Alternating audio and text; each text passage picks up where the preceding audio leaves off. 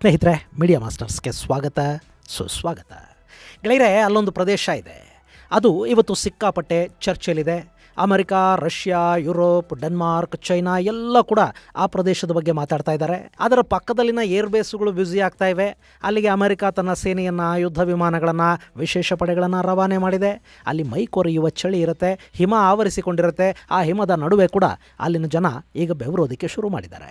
ಆ ಭೂಪ್ರದೇಶದ ವಿಷಯದಲ್ಲಿ ಡೆನ್ಮಾರ್ಕ್ ಹಾಗೂ ಅಮೆರಿಕಾಗಳು ಜಗಳಕ್ಕೆ ನಿಲ್ತಾ ಇವೆ. ಅದು ನಮಗೆ ಸೇರಬೇಕು, ಅದು ನಮ್ಮದು ಅಂತ ಇಬ್ಬರು ಕಾದಾಟಕ್ಕೆ ಸಜ್ಜಾಗ್ತಾ ಇದ್ದಾರೆ. ಹೊರತು ನೀವು ಯಾರನ್ನ ಇಷ್ಟಪಡ್ತೀರಿ, ಯಾರನ್ನ ಸೇರ ಬಯಸ್ತೀರಿ ಅಂತ ಅಲ್ಲಿನ ಜನರನ್ನ ಯಾರು ಕೇಳೋದಕ್ಕೆ ಹೋಗ್ತಾ ಇಲ್ಲ. ನಮಗೆ ಯಾರೂ ಬೇಡ, ಏನೂ ಬೇಡ, ನಮ್ಮ ಪಾಡಿಗೆ ನಮ್ಮನ್ನು ಬಿಟ್ಟು ಎಲ್ಲ ಇಲ್ಲಿಂದ ತೊಲಗಿ ಅಂತ ಆ ಜನ ಜೋರಾಗಿ ಕೂಗ್ತಾ ಇದ್ದಾರೆ. ಆದರೆ ಅದು ಯಾರ ಕಿವಿಗೂ ಬೀಳ್ತಾ ಇಲ್ಲ. ಅಲ್ಲಿ ಅವರವರ ಸಂಭ್ರಮ, ಅವರವರ ಲಾಭ ನಷ್ಟಗಳ ಲೆಕ್ಕಾಚಾರದಲ್ಲಿ ಅವರವರು ಮುಳುಗಿ ಹೋಗ್ತಾ ಇದ್ದಾರೆ. ಹೀಗೆ ಇವತ್ತು ಅಮೆರಿಕಾದ ಆಕ್ರಮಣದ ಭೀತಿಯನ್ನ ಎದುರಿಸ್ತಾ ಹಿಮಪಾತದ ನಡುವೆ ಕೂಡ ಬೆವರ್ತಾ ಇರೋದು ಗ್ರೀನ್ಲ್ಯಾಂಡ್. ಸ್ನೇಹಿತರೆ, ನಿಮ್ಮಲ್ಲಿ ಸಾಕಷ್ಟು ಜನ ಯೂಟ್ಯೂಬ್ ಚಾನಲ್ಗಳನ್ನು ಮಾಡಿರ್ತೀರಿ, ಮಾಡಬೇಕು ಅಂತ ಅಂದ್ಕೊಂಡಿರ್ತೀರಿ. ಆದರೆ ಅವುಗಳನ್ನು ಹೇಗೆ ಮುಂದುವರಿಸಬೇಕು ಅನ್ನೋ ಚಿಂತೆಯಲ್ಲಿರ್ತೀರಿ. ನಿಮಗಾಗಿನೇ ನಾವು ಒಂದು ಯೂಟ್ಯೂಬ್ ತರಬೇತಿ ಕಾರ್ಯಕ್ರಮವನ್ನು ಆಯೋಜಿಸ್ತಾ ಇದ್ದೀವಿ. ಅದರಲ್ಲಿ script writing, voice, camera, channel optimisation, monetisation, ಹಾಗೆ ಆರ್ಟಿಫಿಷಿಯಲ್ ಇಂಟೆಲಿಜೆನ್ಸ್, ಸೆಕ್ಯೂರಿಟಿ, ಹೀಗೆ ನಾನಾ ವಿಷಯಗಳನ್ನು ನೀವು ಕಲಿಯೋದಕ್ಕೆ ಸಾಧ್ಯ ಆಗುತ್ತೆ. ಇದೇ ಜನವರಿ 16, 17 ಮತ್ತು 18ನೇ ತಾರೀಕು ತರಬೇತಿ ಕಾರ್ಯಕ್ರಮವನ್ನು ಆಯೋಜಿಸ್ತಾ ಇದ್ದೀವಿ. ಹೆಚ್ಚಿನ ಮಾಹಿತಿಗಾಗಿ 9972379459 9972379459 ಸಂಖ್ಯೆಗೆ ಸಂಪರ್ಕಿಸಿ. ಗೆಳೆಯರೆ, ಮೈಟ್ ಈಸ್ ರೈಟ್ ಅನ್ನೋದನ್ನು ನೀವು ಕೇಳಿದ್ದೀರಿ ಅಲ್ವಾ? ಈ ಜಗತ್ತಲ್ಲಿ ಶಕ್ತಿವಂತ ಏನು ಬೇಕಾದರೂ ಮಾಡಬಹುದು. ಅವರನ್ನು ತಡೆಯುವ ಮತ್ತೊಂದು ಶಕ್ತಿ ಬರೋವರೆಗೆ ಅವನು ಮಾಡಿದ್ದೆಲ್ಲ ನ್ಯಾಯನೇ. ಈ ಹಿಂದೆ ಸೋವಿಯತ್ ಹಾಗೂ ಅಮೆರಿಕ ಎರಡೂ ಕೂಡ ಈ ಕೆಲಸವನ್ನು ಮಾಡ್ತಾ ಇದ್ವು. ಈಗ ಸೋವಿಯತ್ ಇಲ್ಲ, ರಷ್ಯಾ ತನ್ನ ಶಕ್ತಿಯನ್ನು ಕಳ್ಕೊಂಡಿದೆ. ಹೀಗಾಗಿ ಅಮೆರಿಕಾನ ಕಂಟ್ರೋಲ್ ಮಾಡೋರು ಯಾರೂ ಇಲ್ಲ ಅನ್ನೋ ಪರಿಸ್ಥಿತಿ ಎದ್ದು ಕಾಣ್ತಾ ಇದೆ. ಅದರಲ್ಲೂ ಈ ಟ್ರಂಪ್ ಬಂದ ನಂತರ ಅಮೆರಿಕ ತನ್ನ ಸ್ವಯಂ ನಿಯಂತ್ರಣವನ್ನು ಕೂಡ ಕಳ್ಕೊಂಡಿದೆ. ಸೊ ಅಧ್ಯಕ್ಷ ಡೊನಾಲ್ಡ್ ಟ್ರಂಪ್ ಗ್ರೀನ್ಲ್ಯಾಂಡನ್ನು ಅಮೆರಿಕಾದ ಭಾಗವನ್ನಾಗಿ ಮಾಡಿಕೊಂಡು ಬಿಡೋದಕ್ಕೆ ಹೊರಟಿದ್ದಾರೆ. ಈ ಹಿಂದೆ ಕೆನಡಾ ಅಮೆರಿಕಾದ 51ನೇ ರಾಜ್ಯ ಆಗುತ್ತೆ ಅಂತ ಹೇಳ್ತಾ ಇದ್ದ ಟ್ರಂಪ್ ಈಗ ಗ್ರೀನ್ಲ್ಯಾಂಡ್ ಮೇಲೆ ಬೀಳ್ತಾ ಇದ್ದಾರೆ. ಗ್ರೀನ್ಲ್ಯಾಂಡನ್ನು ಚೈನಾ ಮತ್ತು ರಷ್ಯಾದಿಂದ ರಕ್ಷಿಸುವ ಉದ್ದೇಶದಿಂದ ಅದನ್ನು ನಾವು ಅಮೆರಿಕಾಗೆ ಸೇರ್ಪಡೆ ಮಾಡಿಕೊಳ್ಳೋದಕ್ಕೆ ಹೊರಟಿದ್ದೀವಿ ಅನ್ನೋ ಮಾತನ್ನು ಟ್ರಂಪ್ ಹೇಳ್ತಾ ಇದ್ದಾರೆ. ನಾವಿಲ್ಲದೆ ಇದ್ದರೆ ಗ್ರೀನ್ಲ್ಯಾಂಡನ್ನು ರಷ್ಯಾನೋ ಚೈನಾನೋ ತಿಂದ್ಕೊಂಡು ಬಿಡುತ್ತೆ ಅಂತ ಟ್ರಂಪ್ ಹೇಳ್ತಾ ಇದ್ರೆ, ರಷ್ಯಾ ಮಾತ್ರ ಇದು ಯಾವುದಕ್ಕೂ ಪ್ರತಿಕ್ರಿಯಿಸದೆ ಕಾದು ನೋಡುವ ತಂತ್ರವನ್ನು ಅನುಸರಿಸ್ತಾ ಇದೆ. ಇನ್ನು ಅಮೆರಿಕಾದ ಬದ್ಧ ವೈರಿ ಅಂತಲೇ ಗುರುತಿಸಿಕೊಳ್ಳುವ ಚೈನಾ ಮಾತ್ರ ಅಮೆರಿಕ ಇಲ್ಲಿ ತನ್ನ ಬೇಳೆ ಬೇಯಿಸ್ಕೊಳ್ಳೋದಕ್ಕೆ ಚೈನಾದ ವಿರುದ್ಧ ಭಯ ತೋರಿಸ್ತಾ ಇದೆ. ಚೈನಾ ಚೈನಾ ಚೈನಾ ಅಂತ ಹೇಳ್ತಾ ಜಗತ್ತಲ್ಲಿ ಭಯ ಹುಟ್ಟಿಸೋದ್ರ ಜೊತೆಗೆ ತನಗೇನು ಬೇಕೋ ಅದೆಲ್ಲವನ್ನು ಅಮೆರಿಕ ಮಾಡಿಕೊಳ್ತಾ ಇದೆ. ಈಗ ಅಂಥದ್ದೇ ಪ್ರಯತ್ನವನ್ನು ಗ್ರೀನ್ಲ್ಯಾಂಡ್ ವಿಷಯದಲ್ಲಿ ಅಮೆರಿಕ ಮಾಡೋದಕ್ಕೆ ಹೋಗ್ತಾ ಇದೆ ಅಂತ ಚೈನಾ ಅಮೆರಿಕ ಕಡೆಗೆ ಬೆಟ್ಟು ಮಾಡ್ತಾ ಇದೆ. ಮತ್ತೊಂದು ಕಡೆ ಗ್ರೀನ್ಲ್ಯಾಂಡ್ ಮೇಲಿನ ಹಕ್ಕನ್ನು ಹೊಂದಿರುವ ಡೆನ್ಮಾರ್ಕ್, ಅಮೆರಿಕ ಏನಾದರೂ ಗ್ರೀನ್ಲ್ಯಾಂಡ್ ತಂಟೆಗೆ ಹೋದರೆ ನ್ಯಾಟೋಗೆ ಅರ್ಥ ಇರೋದಿಲ್ಲ. ನ್ಯಾಟೋದ ಅಸ್ತಿತ್ವ ಇರಬೇಕು, ನ್ಯಾಟೋ ಇನ್ನೂ ಸ್ವಲ್ಪ ದಿನ ಹಾಗೆ ಇರಬೇಕು ಅಂದರೆ ಅಮೆರಿಕ ಇಲ್ಲಿ ಸುಮ್ಮನಿರಬೇಕು ಅಂತ ಹೇಳ್ತಾ ಇದೆ. ಆದರೆ ಇಲ್ಲಿ ಯಾರ ಮಾತಿಗೂ ಟ್ರಂಪ್ ಕೇರ್ ಮಾಡ್ತಾ ಇಲ್ಲ. ಗ್ರೀನ್ಲ್ಯಾಂಡ್ ಬಗ್ಗೆ ಮಾತಾಡೋದನ್ನು ಅವರು ನಿಲ್ಲಿಸಿಲ್ಲ. ಬ್ರಿಟನ್ನಲ್ಲಿ ಅಮೆರಿಕ ತನ್ನ ಸೇನಾ ಜಮಾವಣೆಯನ್ನು ಹೆಚ್ಚು ಮಾಡ್ತಾ ಹೋಗ್ತಾ ಇದೆ. ಈ ಮಧ್ಯೆ ಗ್ರೀನ್ಲ್ಯಾಂಡ್ನ ಜನ ಮಾತ್ರ ನಮಗೆ ಡೆನ್ಮಾರ್ಕೂ ಬೇಡ, ಅಮೆರಿಕಾನೂ ಬೇಡ, ಗ್ರೀನ್ಲ್ಯಾಂಡ್ ಆಗಿ ಇರೋದಕ್ಕೆ ಬಿಟ್ಟು ಬಿಡಿ ಅನ್ನೋ ಮಾತುಗಳನ್ನು ಆಡ್ತಾ ಇದ್ದಾರೆ. ಅಲ್ಲಿನ ಸ್ವಾಯತ್ತ ಸರ್ಕಾರದ ಪ್ರಧಾನಿ ಜೇಮ್ಸ್ ಫೆಡರಿಕ್ ನೆಲ್ಸನ್, ನಾವು ಏನಾಗಬೇಕು, ಯಾವ ದೇಶಕ್ಕೆ ಸೇರಬೇಕು, ಹೇಗಿರಬೇಕು, ಎಲ್ಲಿರಬೇಕು ಅನ್ನೋದನ್ನು ನಾವು ತೀರ್ಮಾನ ಮಾಡ್ತೀವಿ. ಇದಕ್ಕೆ ನಿಮ್ಮ ಯಾರ ಅಪ್ಪಣೆ, ಸಲಹೆ, ಸಹಾಯಗಳ ಅಗತ್ಯವೂ ಇಲ್ಲ. ನಮ್ಮನ್ನು ಬಿಟ್ಟು ಎಲ್ಲ ಇಲ್ಲಿಂದ ತೊಲಗಿ ನಮಗೆ ಉಪಕಾರ ಮಾಡಿ ಅಂತ ಕೇಳ್ತಾ ಇದ್ದಾರೆ. ಇಲ್ಲಿ ಡೆನ್ಮಾರ್ಕ್ಗೆ ಮತ್ತು ಅಮೆರಿಕಾಗೆ ಎರಡಕ್ಕೂ ಜೀನ್ಸ್ ಈ ಮಾತುಗಳನ್ನು ಹೇಳ್ತಾ ಇದ್ದಾರೆ. ಇದೇ ವೇಳೆ ಡೆನ್ಮಾರ್ಕಲ್ಲಿ ಕೂಡ ರಾಜಕೀಯ ಚಟುವಟಿಕೆಗಳು ಗರಿಗೆದರಿವೆ. ಅಲ್ಲಿನ ಪ್ರಧಾನಿ ಮೇಟ್ ಫ್ರೆಡರಿಕ್ಸನ್, ಅಮೆರಿಕಾದ ಸೇನೆ ಏನಾದರೂ ವೆನೆಜುಲಾದಲ್ಲಿ ಮಾಡಿದ ಹಾಗೆ ಇಲ್ಲೂ ಆಪರೇಷನ್ಗೆ ಇಳಿದಿದ್ದೆ, ಆದರೆ ಮೊದಲು ನೀವು ಶೂಟ್ ಮಾಡಿ, ಆ ನಂತರ ಅವರು ಯಾರು ಏನು ಅದರ ಬಗ್ಗೆ ಪ್ರಶ್ನೆ ಮಾಡೋಣ ಅಂತ ತಮ್ಮ ಸೇನೆಗೆ ಆದೇಶವನ್ನು ಕೊಟ್ಟಿದ್ದಾರೆ. ಈ ಮೂಲಕ ಡೆನ್ಮಾರ್ಕ್ ಅನ್ನೋ ಪುಟ್ಟ ದೇಶ ಅಮೆರಿಕಾದ ವಿರುದ್ಧ ಇಲ್ಲಿ ತೊಡೆ ತಟ್ಟೋದಕ್ಕೆ ಸಿದ್ಧ ಆಗಿದೆ. ಇಲ್ಲಿ ಡೆನ್ಮಾರ್ಕ್ನ ಪುಟ್ಟ ಸೈನ್ಯಕ್ಕೆ ಅಮೆರಿಕಾನ ಎದುರಿಸುವ ಶಕ್ತಿ ಇದೆಯಾ? ಹಾಗೇನು ಅನ್ನಿಸ್ತಾ ಇಲ್ಲ. ಆದರೂ ಅವರು ಅಮೆರಿಕಾದ ವಿರುದ್ಧ ನಿಂತಿದ್ದಾರೆ. ಗೆಳೆಯರೆ, ಇಲ್ಲಿ ಡೆನ್ಮಾರ್ಕ್ ಮೇಲೆ ಯಾಕೆ ಅಮೆರಿಕ ಕಣ್ಣು ಹಾಕಿದೆ ಅನ್ನೋದನ್ನ ನೋಡಿದ್ರೆ ನಮಗೆ ಸಾಕಷ್ಟು ಕಾರಣಗಳಲ್ಲಿ ಕಾಣಸಿಗುತ್ತವೆ. ಅದೇನು ಅಂತ ನಿಮಗೆ ಹೇಳೋ ಮೊದಲು ಈ ಗ್ರೀನ್ಲ್ಯಾಂಡ್ ಬಗ್ಗೆ ಒಂದಷ್ಟು ಮಾಹಿತಿಯನ್ನು ನಿಮಗೆ ಕೊಟ್ಟು ಬಿಡ್ತೀನಿ. ಗ್ರೀನ್ಲ್ಯಾಂಡ್ ಅಂದ್ರೆ ನೀವು ಇಲ್ಲಿ ಮ್ಯಾಪ್ ಅಲ್ಲಿ ನೋಡ್ತಾ ಇದ್ದೀರಲ್ಲ, ಇದು ಈ ಭೂಪ್ರದೇಶ ವಿಶ್ವದ ಅತಿದೊಡ್ಡ ದ್ವೀಪ ಅನ್ನಿಸ್ಕೊಳ್ಳುತ್ತೆ. ಭೌಗೋಳಿಕವಾಗಿ ಇದು ಉತ್ತರ ಅಮೆರಿಕ ಖಂಡದ ಭಾಗ ಆಗಿದೆ, ಆದರೆ ರಾಜಕೀಯವಾಗಿ ಮತ್ತು ಸಾಂಸ್ಕೃತಿಕವಾಗಿ ಇದು ಯುರೋಪ್ಗೆ ಹತ್ತಿರ ಇದೆ. ಹಾಗೆ ನೋಡಿದ್ರೆ ಇಷ್ಟೊಂದು ದೊಡ್ಡ ದ್ವೀಪ ಇವತ್ತಿನವರೆಗೆ ಒಂದು ದೇಶ ಅನ್ನಿಸ್ಕೊಳ್ತಾ ಇಲ್ಲ, ಬದಲಿಗೆ ಇದು ಡೆನ್ಮಾರ್ಕ್ನ ಸ್ವಾಯತ್ತ ಪ್ರದೇಶವಾಗಿ ಗುರುತಿಸಿಕೊಂಡಿದೆ. ಈ ಗ್ರೀನ್ಲ್ಯಾಂಡ್ನ ವಿಸ್ತೀರ್ಣ 21,66,086 ಚದರ ಕಿಲೋಮೀಟರ್ಗಳು. ಇದರಲ್ಲಿ 81% ಭೂಭಾಗ ಹಿಮಾವೃತಗೊಂಡಿದೆ. ಇನ್ನು ಇಲ್ಲಿನ ಜನಸಂಖ್ಯೆ 56,831 ನೂಕ್ ನಗರ ಗ್ರೀನ್ಲ್ಯಾಂಡ್ನ ರಾಜಧಾನಿ ಅಂತ ಗುರುತಿಸಿಕೊಳ್ಳುತ್ತೆ. ಈ ಗ್ರೀನ್ಲ್ಯಾಂಡ್ ಆರ್ಕ್ಟಿಕ್ ಮಹಾಸಾಗರ ಮತ್ತು ಉತ್ತರ ಅಟ್ಲಾಂಟಿಕ್ ಮಹಾಸಾಗರಗಳ ನಡುವೆ ಇದ್ದು ಆರ್ಕ್ಟಿಕ್ ವಲಯದಲ್ಲಿ ಇದು ಸ್ಥಾನವನ್ನು ಪಡ್ಕೊಂಡಿದೆ.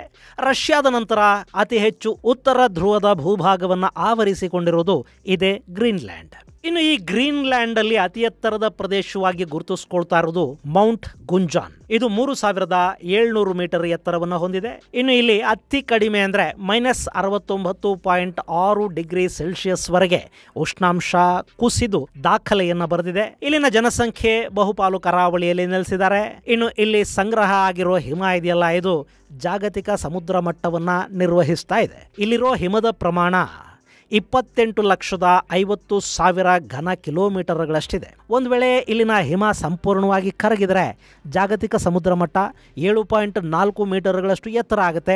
ಹಾಗೇನಾದರೂ ಆದರೆ ನಮ್ಮ ಮಂಗಳೂರು ಇರೋದಿಲ್ಲ, ಮುಂಬೈ ಕಾಣೋದಿಲ್ಲ, ಶಾಂಘೈ ಸೇರಿದಂತೆ ಕಡಲ ತೀರದಲ್ಲಿನ ಜಗತ್ತಿನ ಬಹುತೇಕ ಎಲ್ಲ ನಗರಗಳು ಕೂಡ ಸಮುದ್ರದ ಪಾಲಾಗಿ ಹೋಗುತ್ತವೆ. ಸೊ ಗ್ರೀನ್ಲ್ಯಾಂಡ್ನ ಹಿಮ ಜಗತ್ತಿಗೂ ಕೂಡ ತುಂಬ ಮುಖ್ಯ ಅನ್ನಿಸ್ಕೊಳ್ಳುತ್ತೆ. ಇನ್ನು ಈ ಗ್ರೀನ್ಲ್ಯಾಂಡ್ ಇದೆಯಲ್ಲ, ಇದು ಡೆನ್ಮಾರ್ಕ್ ರಾಜ್ಯದ ಸ್ವಾಯತ್ತ ಪ್ರದೇಶ. 1979ರಲ್ಲಿ ಹೋಮ್ ರೂಲ್ ಹಾಗೂ 2009ರಲ್ಲಿ ಸೆಲ್ಫ್ ಗವರ್ನಮೆಂಟ್ ಹಕ್ಕನ್ನು ಇದು ಪಡ್ಕೊಂಡಿದೆ. ಇಲ್ಲಿನ ರಕ್ಷಣೆ, ನಾಗರಿಕತ್ವ, ಹಣಕಾಸು ನೀತಿಗಳು ಮತ್ತು ವಿದೇಶಾಂಗ ನೀತಿಗಳನ್ನ ಡೆನ್ಮಾರ್ಕ್ ನಿರ್ವಹಿಸ್ತಾ ಇದೆ. ಗೆಳೆಯರೆ, 2ನೇ ವಿಶ್ವಯುದ್ಧಕ್ಕೂ ಮೊದಲೇ ಈ ಗ್ರೀನ್ಲ್ಯಾಂಡ್ ಅನ್ನ ಡೆನ್ಮಾರ್ಕ್ ತನ್ನ ವಸಾಹತುವನ್ನಾಗಿ ಮಾಡಿಕೊಳ್ತು. ಈ ಭೂಭಾಗದ ಮೇಲೆ ತನ್ನ ಬಾವುಟಗಳನ್ನ ನೆಟ್ಟು ಬಂತು. ಅವತ್ತಿಗಿದು ಬರೀ ಹಿಮಾವೃತ ಪ್ರದೇಶ ಆಗಿತ್ತು. ಒಂದಷ್ಟು ಕಡಲ ತೀರವನ್ನು ಬಿಟ್ಟರೆ ಇಲ್ಲಿ ಏನೂ ಇರಲಿಲ್ಲ. ಹೀಗಾಗಿ ಬೇರೆ ಯಾರೂ ಇದರ ಬಗ್ಗೆ ಹೆಚ್ಚು ಗಮನ ಕೊಡೋದಕ್ಕೆ ಹೋಗಲಿಲ್ಲ. ಇನ್ನು 2ನೇ ಮಹಾಯುದ್ಧದ ಸಂದರ್ಭದಲ್ಲಿ ಈ ಡೆನ್ಮಾರ್ಕ್ ಜರ್ಮನಿಯ ವಿರುದ್ಧ ಕಾದಾಡ್ತಾ ಇತ್ತು. ಜರ್ಮನಿ ಅಲೈಸ್ ಶಕ್ತಿಗಳ ಹಿಡಿತದಲ್ಲಿದ್ದ ಎಲ್ಲ ಪ್ರದೇಶಗಳನ್ನ ಒಂದೊಂದಾಗಿ ವಶಪಡಿಸ್ಕೊಳ್ತಾ ಹೋಗ್ತಾ ಇತ್ತು. ಇಲ್ಲಿ ಅಲೈಸ್ ಶಕ್ತಿಗಳು ಅಂದ್ರೆ ಬ್ರಿಟನ್, ಫ್ರಾನ್ಸ್, ಡೆನ್ಮಾರ್ಕ್, ಅಮೆರಿಕ ಮುಂತಾದ ದೇಶಗಳ ಕೂಟ. ಇನ್ನು ಜರ್ಮನಿ, ಜಪಾನ್, ಇಟಲಿಯ ಕೂಟ ಇತ್ತಲ್ಲ, ಅದನ್ನ ಆಕ್ಸಿಸ್ ಪವರ್ ಅಂತ ಕರಿತಾ ಇದ್ರು. ಇನ್ನು ಇಲ್ಲಿ ಮತ್ತೊಂದು ವಿಶೇಷ ಅಂದ್ರೆ ಈ ರಷ್ಯಾ ಇದೆ ನೋಡಿ, ಇದು 1941ರವರೆಗೂ ಆಕ್ಸಿಸ್ ಕೂಟದಲ್ಲಿ ಅಂದ್ರೆ ಇಟಲಿ, ಜರ್ಮನಿ ಮತ್ತು ಜಪಾನ್ನ ಜೊತೆಗಿತ್ತು. ಆದರೆ 41ರಲ್ಲಿ ಇದು ತನ್ನ ಕೂಟವನ್ನು ಬದಲಿಸಿ ಅಲೈಸ್ ಶಕ್ತಿಗಳ ಜೊತೆಗೆ ಸೇರಿಕೊಳ್ತು. ಅದಾದ ನಂತರ ಇಲ್ಲಿ ಅಲೈಸ್ನ ಬಲ ಹೆಚ್ಚಾಯಿತು, ಆ ಯುದ್ಧದ ದಿಕ್ಕು ಬದಲಾಯಿತು. ಇನ್ನು ಈ ಗ್ರೀನ್ಲ್ಯಾಂಡ್ನ ವಿಷಯಕ್ಕೆ ಬರೋದಾದ್ರೆ, ಎಲ್ಲಿ ಈ ಭೂಪ್ರದೇಶವನ್ನ ಜರ್ಮನಿ ವಶಕ್ಕೆ ಪಡ್ಕೊಂಡು ಬಿಡುತ್ತೋ ಇದರ ಮೇಲೆ ಕೂಡ ಜರ್ಮನಿ ಆಕ್ರಮಣವನ್ನ ಮಾಡಿಬಿಟ್ಟಿತ್ತು ಅಂತ ಹೆದರಿದ ಡೆನ್ಮಾರ್ಕ್ ಈ ಗ್ರೀನ್ಲ್ಯಾಂಡ್ನ ರಕ್ಷಣೆಗಾಗಿ ಅಮೆರಿಕಾನ ಕರೀತು. ಹೀಗಾಗಿ ಅಲ್ಲಿಗೆ ಅಮೆರಿಕ ಸೇನಾಪಡೆಗಳು ಬಂದವು. ಅವತ್ತಿಂದಲೂ ಕೂಡ ಗ್ರೀನ್ಲ್ಯಾಂಡ್ ಅಲ್ಲಿ ಅಮೆರಿಕಾದ ಸೇನೆ ಬೀಡು ಬಿಟ್ಟಿದೆ. ಅದರಲ್ಲಿ 1951ರ ಹೊತ್ತಿಗೆ ಅಮೆರಿಕ ತನ್ನ ಸಹಸ್ರಾರು ಸೈನಿಕರನ್ನ ಇಲ್ಲಿ ನೆಲೆಗೊಳಿಸಿತು. ಆ ಸಂದರ್ಭದಲ್ಲಿ ಸೋವಿಯತ್ ವಿರುದ್ಧ ನ್ಯಾಟೋ ಕೂಟ ರಚನೆ ಆಗಿತ್ತು. ಆ ನ್ಯಾಟೋಗೆ ಡೆನ್ಮಾರ್ಕ್ ಮತ್ತು ಅಮೆರಿಕಾಗಳು ಸಂಸ್ಥಾಪಕ ಸದಸ್ಯ ದೇಶಗಳು ಆದವು. ಹೀಗಾಗಿ ಡೆನ್ಮಾರ್ಕ್ಗೆ ಸೇರಿದ ಗ್ರೀನ್ಲ್ಯಾಂಡ್ ಅಲ್ಲಿ ಅಮೆರಿಕಾದ ಸೇನಾ ನೆಲೆಗಳು ಹಾಗೆ ಉಳ್ಕೊಂಡಿವೆ. ಅವು ಇವತ್ತಿಗೂ ಇವೆ. ಇನ್ನು ನ್ಯಾಟೋ ಆಗ್ಲಿ, ಯುರೋಪಿಯನ್ ದೇಶಗಳಾಗ್ಲಿ ಅಮೆರಿಕಾದ ದೊಡ್ಡಸ್ತಿಕೆಯನ್ನ, ದೊಡ್ಡಣ್ಣನತನವನ್ನ ಯಾವತ್ತಿಗೂ ವಿರೋಧ ಮಾಡೋದಿಲ್ಲ. ಆದರೂ ಕೂಡ ಟ್ರಂಪ್ ಇಡೀ ಗ್ರೀನ್ಲ್ಯಾಂಡ್ ಅನ್ನ ವಶಪಡಿಸಿಕೊಳ್ಳುವ ಮಾತುಗಳನ್ನು ಆಡ್ತಾ ಇದ್ದಾರೆ. ಗ್ರೀನ್ಲ್ಯಾಂಡ್ಗೆ ನಾವು ಭದ್ರತೆಯನ್ನು ಕೊಟ್ಟಿದ್ದೀವಿ, ಅಲ್ಲಿ ನಮ್ಮ ಸೇನೆ ಇದೆ, ಅದನ್ನು ನಾವು ಕಾಪಾಡ್ತಾ ಇದ್ದೀವಿ. ಇಲ್ಲದೆ ಇದ್ರೆ ಚೈನಾನೋ ರಷ್ಯಾನೋ ಇಷ್ಟೊತ್ತಿಗೆ ಅದನ್ನು ಆಕ್ರಮಿಸಿಕೊಂಡು ಬಿಡ್ತಾ ಇದ್ವು. ಹೀಗಾಗಿ ಈ ಭೂಪ್ರದೇಶ ನಮಗೆ ಸೇರಬೇಕು ಅನ್ನೋದು ಅಮೆರಿಕಾದ ಕ್ಲೈಮ್ ಅಲ್ಲ. ಇದಿಷ್ಟು ಭೂಪ್ರದೇಶದಲ್ಲಿ 81% ಹಿಮವನ್ನೇ ಹೊಂದಿರುವ ಸುಮಾರು 57,000 ಜನ ವಾಸ ಮಾಡೋ ಈ ಭೂಪ್ರದೇಶ ಅಮೆರಿಕಾಗೆ ಯಾಕೆ ಬೇಕು? ಗೆಳೆಯರೆ, ಈ ಪ್ರಶ್ನೆಗೆ ಉತ್ತರ ಸ್ಪಷ್ಟ ಕಷ್ಟ ಇದೆ. ಗ್ರೀನ್ಲ್ಯಾಂಡಲ್ಲಿ ಅಪಾರ ಪ್ರಮಾಣದ ಖನಿಜ ಸಂಪತ್ತು, ರೇರ್ ಅರ್ತ್ ಮಿನರಲ್ಸ್ ಇವೆ. ಇವತ್ತು ಅಮೆರಿಕ ಸೇರಿದಂತೆ ಇಡೀ ಜಗತ್ತು ಈ ರೇರ್ ಅರ್ತ್ ಮೆಟೀರಿಯಲ್ಗಾಗಿ ಚೈನಾದ ಮೇಲೆ ಆಧಾರ ಪಡಬೇಕಾಗಿ ಬರ್ತಾ ಇದೆ. ಚೈನಾ ಇದನ್ನೇ ಇಟ್ಕೊಂಡು ಅಮೆರಿಕನ ಬ್ಲಾಕ್ ಮೇಲ್ ಮಾಡ್ತಾ ಇದೆ. ಈ ಸಂದರ್ಭದಲ್ಲಿ ನಮಗೆ ಬೇರೆಲ್ಲಾದರೂ ಈ ವಿರಳ ಖನಿಜಗಳು ಸಿಗುತ್ವಾ ಅಂತ ಅಮೆರಿಕ ಅನ್ವೇಷಣೆಯಲ್ಲಿ ತೊಡಗಿದೆ. ಇಂಥ ಸಂದರ್ಭದಲ್ಲಿ ಪಕ್ಕದಲ್ಲೇ ಇರೋ ಗ್ರೀನ್ಲ್ಯಾಂಡ್ನ ತುಂಬಾ ಅತಿ ಹೆಚ್ಚು ಪ್ರಮಾಣದ ರೇರ್ ಅರ್ತ್ ಮೆಟೀರಿಯಲ್ಗಳು ಸಿಗುತ್ತವೆ ಅಂತ ಗೊತ್ತಾದ ಮೇಲೆ ಅಮೆರಿಕ ಸುಮ್ಮನಿರೋದಕ್ಕೆ ಹೇಗೆ ಸಾಧ್ಯ? ಹೀಗಾಗಿ ಗ್ರೀನ್ಲ್ಯಾಂಡ್ ಅನ್ನ ಸಂಪೂರ್ಣವಾಗಿ ತನ್ನ ವಶಕ್ಕೆ ತಗೊಂಡು ಬಿಡಬೇಕು ಅಂತ ಅಮೆರಿಕ ಇಲ್ಲಿ ಬಯಸ್ತಾ ಇದೆ. ಗೆಳೆಯರೇ, ಇಲ್ಲಿ ನೀವೊಂದು ಮ್ಯಾಪ್ ನೋಡ್ತಾ ಇದ್ದೀರಲ್ಲ, ಇದು ಗ್ರೀನ್ಲ್ಯಾಂಡ್. ಇಲ್ಲಿ ನೂಕ್ ನಗರದ ಸಮೀಪ ಇರೋ ತಾಮ್ರ ಬಣ್ಣದ ಚುಕ್ಕಿ ನೋಡ್ತಾ ಇದ್ದೀರಲ್ವಾ, ಇದು ಫೆಲ್ಡ್ಸ್ಪರ್ ಅನ್ನೋ ಮೆಟಲ್ ಇರೋ ಜಾಗ. ಈ ಫೆಲ್ಡ್ಸ್ಪರ್ ಅನ್ನೋದು ಅತ್ಯಂತ ವಿರಳ ಖನಿಜ ಅಂತ ಅನ್ನಿಸ್ಕೊಳ್ಳುತ್ತೆ. ಹಾಗೆ ಗ್ರೇ ಕಲರ್ ಚುಕ್ಕಿಯನ್ನು ನೋಡ್ತಾ ಇದ್ದೀರಲ್ಲ, ಇಲ್ಲಿ ಗ್ರಾಫೈಟ್ ಇದೆ. ಆರೆಂಜ್ ಕಲರ್ ಅಲ್ಲಿ ಗುರುತಿಸಿರುವ ಜಾಗದಲ್ಲಿ ಪ್ಲಾಟಿನಂ ಗ್ರೂಪ್ಗೆ ಸೇರಿದ ಮೆಟಲ್ಗಳಿವೆ. ಇನ್ನು ಹಳದಿ ಬಣ್ಣದ ಚುಕ್ಕಿಗಳಿರೋ ಜಾಗದಲ್ಲಿ ರೇರ್ ಅರ್ತ್ ಮಿನರಲ್ಸ್ ವಿಪರೀತ ಪ್ರಮಾಣದಲ್ಲಿದ್ರೆ, ನೇರಳೆ ಬಣ್ಣದ ಚುಕ್ಕಿ ಇರೋ ಜಾಗದಲ್ಲಿ ಟೈಟಾನಿಯಂ ಇದೆ. ಹಾಗೆ ತಿಳಿ ಕೇಸರಿ ಬಣ್ಣದ ಗುರುತಿರುವ ಜಾಗದಲ್ಲಿ ವೆನಾಡಿಯಂ ಇದೆ. ಸೊ ಇಷ್ಟೊಂದು ಪ್ರಮಾಣದ ಖನಿಜಗಳಲ್ಲಿರೋದ್ರಿಂದ ಆ ಭಾಗಕ್ಕೆ ಚೈನಾ ಬಂದು ಕೂತ್ರೆ ಅನ್ನೋ ಭಯವನ್ನ ಯುರೋಪಿಯನ್ ಯೂನಿಯನ್ಗೆ ಹುಟ್ಟಿಸ್ತಾ ನಾವೇ ಗ್ರೀನ್ಲ್ಯಾಂಡ್ಗೆ ಬಂದು ಕೂತ್ಕೊಂಡು ಬಿಡ್ತೀವಿ, ಅದನ್ನು ನಾವೇ ವಶಪಡಿಸ್ಕೊಂಡು ಬಿಡ್ತೀವಿ ಅಂತ ಟ್ರಂಪ್ ಹೇಳ್ತಾ ಇದ್ದಾರೆ. ಹಾಗಾದರೆ ಅಲ್ಲಿನ ಖನಿಜಗಳ ಮೇಲೆ ಆಧಿಪತ್ಯವನ್ನು ಸ್ಥಾಪಿಸಬಹುದು ಅನ್ನೋ ಲೆಕ್ಕಾಚಾರದಲ್ಲೇ ಅಮೆರಿಕ ಗ್ರೀನ್ಲ್ಯಾಂಡ್ಗೆ ಹೋಗ್ತಾ ಇದೆ. ಇಲ್ಲಿ ಖನಿಜ ಸಂಪತ್ತಿಗಾಗಿನೇ ಅಮೆರಿಕ ಗ್ರೀನ್ಲ್ಯಾಂಡ್ ಮೇಲೆ ಕಣ್ಣಿಟ್ಟಿದೆ. ಆದರೆ ಆ ಖನಿಜಗಳನ್ನಲ್ಲಿಂದ ತೆಗೆಯೋದಕ್ಕೆ ಸಾಧ್ಯ ಆಗತ್ತಾ? ಗೆಳೆಯರೆ, ನಾನು ಆಗಲೇ ಹೇಳಿದ ಹಾಗೆ ಗ್ರೀನ್ಲ್ಯಾಂಡ್ ಅನ್ನೋದು ಜಾಗತಿಕ ತಾಪಮಾನದ ದೃಷ್ಟಿಯಿಂದ, ಸಮುದ್ರ ಮಟ್ಟದ ದೃಷ್ಟಿಯಿಂದ, ಜಗತ್ತಿನ ಆರೋಗ್ಯದ ದೃಷ್ಟಿಯಿಂದ ಕೂಡ ಇವತ್ತು ಹೇಗಿದೆಯೋ ಮುಂದೆ ಕೂಡ ಹಾಗೆ ಇರಬೇಕಾಗಿ ಬರುತ್ತೆ. ಅಲ್ಲಿ ಡಿಸ್ಟರ್ಬ್ ಆದರೆ ಇಡೀ ಜಗತ್ತು ವಿನಾಶದ ಅಂಚನ್ನು ತಲುಪಬೇಕಾದ ಪರಿಸ್ಥಿತಿ ನಿರ್ಮಾಣ ಆಗುತ್ತೆ. ಗ್ರೀನ್ಲ್ಯಾಂಡಲ್ಲಿ ಹಿಮ ಕಡಿಮೆ ಆದರೂ ಜಗತ್ತಿಗೆ ಅಪಾಯ. ಅಲ್ಲಿನ ಹಿಮದ ಪದರಗಳು ಡಿಸ್ಟರ್ಬ್ ಆಗಿ ಅವು ಕರಗೋದಿಕ್ಕೆ ಶುರುವಾದರೂ ಸಮುದ್ರದ ಮಟ್ಟ ಹೆಚ್ಚಾಗಿ ಮತ್ತೆ ಜಗತ್ತು ಅಪಾಯದ ಅಂಚಿಗೆ ಸಿಲುಕುತ್ತೆ. ಹೀಗಾಗಿ ಗ್ರೀನ್ಲ್ಯಾಂಡ್ ಅಲ್ಲೂ ಗಣಿಗಾರಿಕೆಯನ್ನ ಮಾಡೋದಿದೆಯಲ್ಲ, ಅದು ಪ್ರಕೃತಿಯ ದೃಷ್ಟಿಯಿಂದ ಒಳ್ಳೆಯದಲ್ಲ.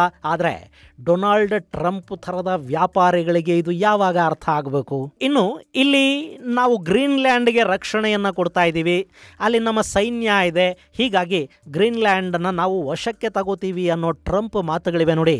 ಈ ಮಾತುಗಳು ಅಮೆರಿಕದ ಎಲ್ಲ ಮಿತ್ರ ರಾಷ್ಟ್ರಗಳನ್ನ ಕೂಡ ನಾಳೆ ಭಯಕ್ಕೆ, ಆತಂಕಕ್ಕೆ ದೂಡುತ್ತವೆ. ಯಾಕೆಂದ್ರೆ ಅಮೆರಿಕದ ಸೇನೆ ಬರೀ ಗ್ರೀನ್ಲ್ಯಾಂಡ್ ಅಲ್ಲಿ ಮಾತ್ರ ಇಲ್ಲ, ಕತಾರಲ್ಲೂ ಅಮೆರಿಕದ ಸೇನಾ ನೆಲೆಗಳಿವೆ. ಸೌದಿ ಅರೇಬಿಯಾಗೂ ಅಮೆರಿಕ ರಕ್ಷಣೆಯನ್ನ ಕೊಟ್ಟಿದೆ. ಜೋರ್ಡಾನ್ನಲ್ಲಿ ಅಮೆರಿಕದ ಪಡೆಗಳಿವೆ. ಜಪಾನ್ನ ರಕ್ಷಣೆಯ ಜವಾಬ್ದಾರಿಯನ್ನ ಹೊತ್ತಿರೋದೇ ಅಮೆರಿಕ. ಹೀಗೆ ಜಗತ್ತಿನ ನಾನಾ ದೇಶಗಳಲ್ಲಿ ಅಮೆರಿಕದ ಸೇನಾ ಪಡೆಗಳಿವೆ. ಒಂದಷ್ಟು ದೇಶಗಳು ಅಮೆರಿಕದ ರಕ್ಷಣೆಯ ಛತ್ರಛಾಯೆಯಲ್ಲಿದ್ದಾರೆ, ಅಲ್ಲಿ ಸಂಪತ್ತಿದೆ. ಹೀಗಾಗಿ ಆ ಎಲ್ಲ ದೇಶಗಳನ್ನ ನಾವೇ ಆಕ್ರಮಿಸಿಕೊಂಡು ಬಿಡ್ತೀವಿ, ವಶಪಡಿಸಿಕೊಂಡು ಬಿಡ್ತೀವಿ ಅಂತ ಅಮೆರಿಕ ಹೋಗೋದು ನ್ಯಾಯಸಮ್ಮತ ಅಂತ ಅನ್ನಿಸ್ಕೊಳ್ಳುತ್ತಾ? ಅಥವಾ ಯಾವನೋ ಶಕ್ತಿ ಇದ್ದವನು ಅಕ್ಕಪಕ್ಕದ ಬಲಹೀನ ದೇಶಗಳನ್ನ ಹೀಗೆ ಆಕ್ರಮಿಸಿಕೊಳ್ತಾ ಹೋದ್ರೆ ನಾಳೆ ಚೈನಾ ತೈವಾನ್ ಅನ್ನು ತಿಂದುಕೊಳ್ಳುತ್ತೆ. ರಷ್ಯಾ ಯುಕ್ರೇನ್ ಮೇಲೆ ದಾಳಿ ಮಾಡ್ತಾ ಇರೋದನ್ನ ಪ್ರಶ್ನೆ ಮಾಡುವ ನೈತಿಕತೆ ಯಾರಿಗಿರುತ್ತೆ? ಗ್ರೇಟರ್ ಇಸ್ರೇಲ್ ಅನ್ನೋ ನೇತನ್ಯಾಹು ಕನಸನ್ನ ಪ್ರಶ್ನಿಸುವ ನೈತಿಕ ಹಕ್ಕು ಯಾರಿಗೂ ಇಲ್ಲದ ಹಾಗಾಗತ್ತೆ. ಅಷ್ಟೇ ಯಾಕೆ, ನಾಳೆ ಭಾರತದ ಸೇನೆ ಲಾಹೋರನ್ನ, ಬಾಂಗ್ಲಾದೇಶದ ಚಿತ್ತಗಾಂಗನ್ನ, ರಂಗಪುರ್ ಡಿವಿಷನ್ಗಳನ್ನ ವಶಪಡಿಸ್ಕೊಳ್ಳೋದಕ್ಕೆ ಮುಂದಾದ್ರೆ ಅದನ್ನು ತಡೆಯೋರು ಯಾರು? ಆಫ್ಘನಿಸ್ತಾನ ಇನ್ನಷ್ಟು ಮುಂದೆ ಬಂದು ಡ್ಯುರಾಂಡ್ ಲೈನ್ ಅನ್ನ ದಾಟಿ ಪೆಶಾವರ್ ವರೆಗೆ ಬಂದು ಕೂತ್ರೆ ಜಗತ್ತದನ್ನ ಪ್ರಶ್ನೆ ಮಾಡೋದಕ್ಕೆ ಸಾಧ್ಯ ಆಗತ್ತಾ? ಬಲಾಢ್ಯ ಬಲಹೀನನ ಮೇಲೆ ಆಕ್ರಮಣಗಳನ್ನ ಮಾಡಬಾರದು, ಸಮಾಜದಲ್ಲಿ ಅಶಾಂತಿ ಉಂಟಾಗಬಾರದು, ಜಗತ್ತು ಯುದ್ಧಗಳಿಗೆ ಈಡಾಗಬಾರದು ಅನ್ನೋ ಕಾರಣಕ್ಕೇನೆ ಅವತ್ತು ವಿಶ್ವಸಂಸ್ಥೆ, ಭದ್ರತಾ ಮಂಡಳಿ ಇಂಥವನ್ನೆಲ್ಲ ಮಾಡಿಕೊಂಡಿದ್ದು. ಆದರೆ ಜಗತ್ತಿನ ಎಲ್ಲ ಸ್ಥಾಪಿತ ನೀತಿಗಳನ್ನ ಪಕ್ಕಕ್ಕೆ ತಳ್ಳಿ ಟ್ರಂಪ್ ತಮ್ಮ ಬಲ ಪ್ರದರ್ಶನವನ್ನು ಮಾಡೋದಕ್ಕೆ ಹೋಗ್ತಾ ಇದ್ದಾರೆ. ಇದು ಅಮೆರಿಕದ ದೃಷ್ಟಿಯಿಂದ ಮತ್ತು ಜಗತ್ತಿನ ದೃಷ್ಟಿಯಿಂದ ಕೂಡ ಖಂಡಿತ ಒಳ್ಳೆಯ ಬೆಳವಣಿಗೆ ಅನ್ನಿಸ್ಕೊಳ್ಳೋದಿಲ್ಲ. ಹಾಗಂತ ಇಲ್ಲಿ ಅಮೆರಿಕ ಗ್ರೀನ್ಲ್ಯಾಂಡ್ ಅನ್ನು ಆಕ್ರಮಿಸಿಕೊಂಡು ಬಿಡುತ್ತೆ ಅಂತಲೂ ಅಲ್ಲ. ಡೊನಾಲ್ಡ್ ಟ್ರಂಪ್ ಗ್ರೀನ್ಲ್ಯಾಂಡ್ ಕಡೆಗೆ ಜಗತ್ತಿನ ಗಮನ ಹರಿಯೋ ಹಾಗೆ ಮಾಡಿ ಮತ್ತೊಂದು ಕಡೆ ಇರಾನ್ ಮೇಲೆ ಆಕ್ರಮಣ ಮಾಡೋ ಪ್ರಯತ್ನಗಳನ್ನು, ಸಿದ್ಧತೆಗಳನ್ನು ಮಾಡ್ಕೋತಾ ಇದ್ದಾರೆ ಅಂತ ಕೂಡ ಕೆಲವರು ಹೇಳ್ತಾರೆ. ಅದು ಏನಾಗುತ್ತೆ ಅನ್ನೋದಕ್ಕೆ ಕಾಲ ಉತ್ತರಿಸಬೇಕು. ಇದು ಗೆಳೆಯರೆ ಗ್ರೀನ್ಲ್ಯಾಂಡ್ ಮತ್ತು ಅದರ ಬಗೆಗಿನ ಅಮೆರಿಕದ ವಾದಕ್ಕೆ ಸಂಬಂಧಪಟ್ಟ ಒಂದಷ್ಟು ಮಾಹಿತಿ. ಮುಂದಿನ ಸಂಚಿಕೆಯಲ್ಲಿ ಮತ್ತಷ್ಟು ವಿಶೇಷಗಳ ಜೊತೆ ಮತ್ತೆ ಭೇಟಿಯಾಗೋಣ. ಅಲ್ಲಿವರೆಗೆ ಜೈ ಹಿಂದ್, ಜೈ ಕರ್ನಾಟಕ.